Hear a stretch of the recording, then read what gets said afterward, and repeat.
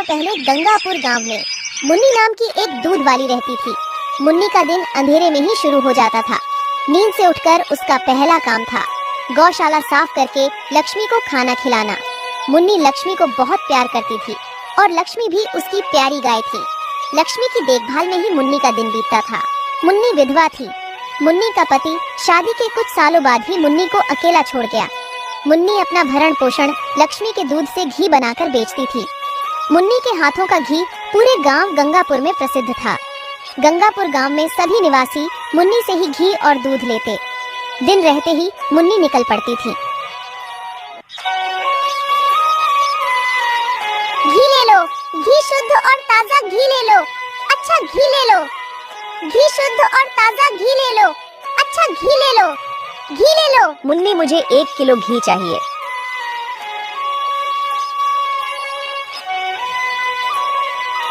ये लीजिए काकी जी। गांव के रास्ते पर मुन्नी घूम घूम कर घी और दूध बेचती थी। बस ऐसे ही गांव की गली गली घूमकर मुन्नी का दिन कट जाता था। मुन्नी की तरक्की देखकर उसकी पड़ोसन रूपवती को बहुत जलन होती थी।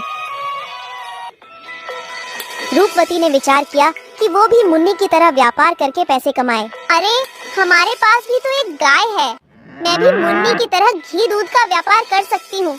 मगर मुन्नी का घी पूरे गांव में प्रसिद्ध है, तो फिर मेरा घी कौन खरीदेगा? हाँ, मगर एक सुझाव है मेरे पास, जिसे मुन्नी के सभी ग्राहक मुन्नी को छोड़कर मुझसे घी दूध लेंगे।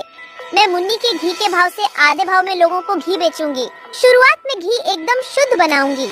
जैसे ही मुन्नी का घी दूध का व्यापार बंद हो जाएगा, वैसे ही मैं घी में मिलावट करना शुरू करूंगी। यहाँ सोचकर रूपवती ने घी का व्यापार शुरू किया।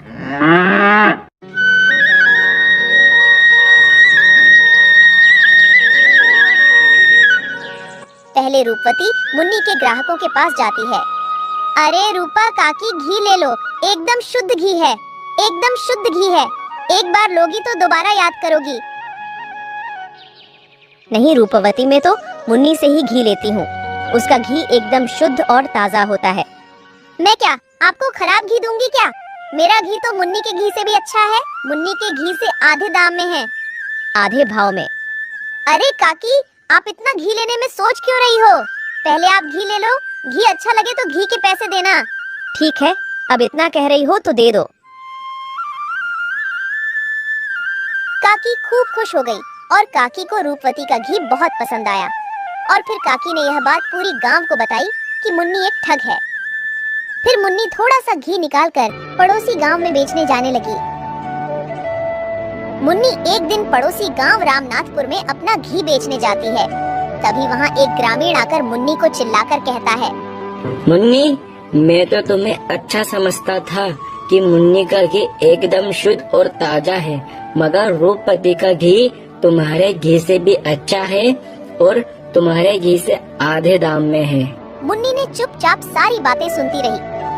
लक्ष्मी बता, मेरा क्या कसूर है? ये सब गांव वालों ने मुझे गलत समझा, क्यों समझा?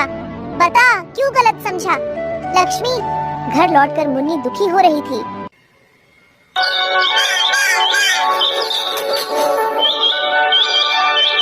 रूपवती की खुशी का कोई ठिकाना नहीं था। उसकी बिक्री और अधिक बढ़ चुकी थी। अरे जो मैं चाहती थी वो हो गया, मुन्नी का व्यापार बंद हो गया। अब मुन्नी इस गांव में कभी भूल कर भी घी नहीं बेचेगी जो मैंने सोचा था। अब वो करने की बारी आ गई। मैं पागल थोड़ी ना हूँ कि ये गांव वालों को इतने आधे भाव में शुद्ध घी खिलाऊंगी। अब इस घी में मिलावट की बारी आ गई। घी का दाम वही होगा, मगर घी पहले वाला नहीं। रूपवती ने घी में नारियल का तेल और घी गाढ़ा करने के लिए पाउडर मिलाना शुरू किया। एक दिन जमींदार के घर। हरिदास, तुम्हें आज पता ही होगा कि आज मेरी बेटी रानी का जन्म दिवस है। जी जमींदार बाबू, मुझे पता है कि आज तुम्हारी बेटी का जन्मदिन है और आप हर बार की तरह इस बार भी राजभोग का आयोजन रखोगे, जिसमें पूरे गांव वालों को निमंत्रण करना है।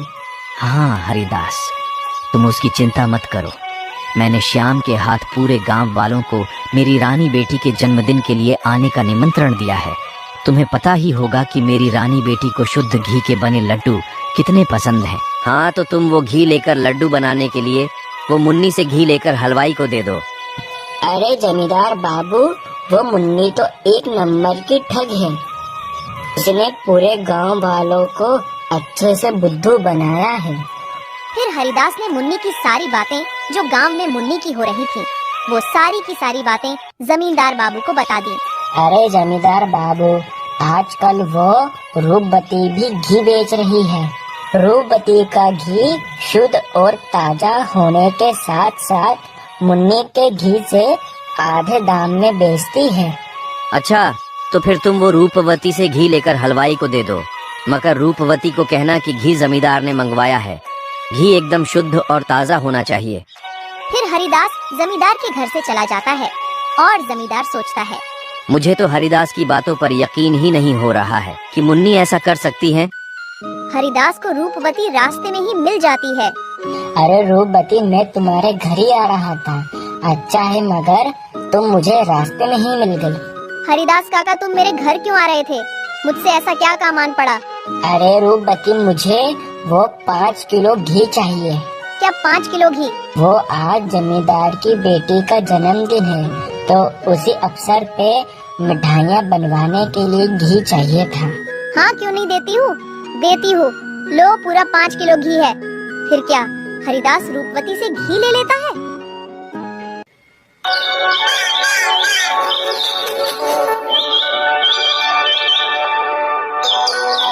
फिर वो घी से बनी मिठाई खाने के बाद जमींदार और जमींदार का पूरा परिवार, यहाँ तक जमींदार की बेटी भी बीमार पड़ गई। फिर जमींदार ने हरिया को तुरंत ही अपने महल में बुलाया।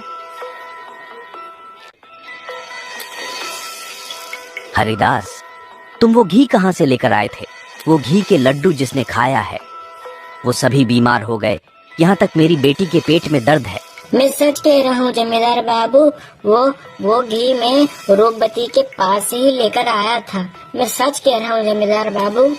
पहले तुम कह रहे थे कि रूपवती का घी एकदम शुद्ध है, तो अब क्या हुआ? उसका घी शुद्ध है, तो फिर ये सब क्या है? लोग वो मिठाइयाँ खाकर बीमार कैसे पड़ गए, बोलो। जमींदार बाबू, मैं कुछ नहीं जानता हूँ। अगर मेरी बेटी को कुछ हो जाता है तो मैं तुम्हें और तुम्हारी वो घी वाली को नहीं छोड़ूंगा।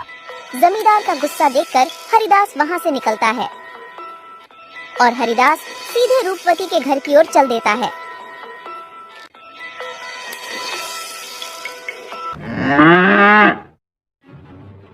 आज तो ये नारियल का तेल खत्म हो गया। कल के घी में मैंने सारा नारियल का तेल मिला दिया, पर अच्छा है कल का सारा घी तो जमींदार ने खरीद लिया। आज नारियल का तेल बाजार से लाती हूँ, उसके बाद घी बेचूंगी।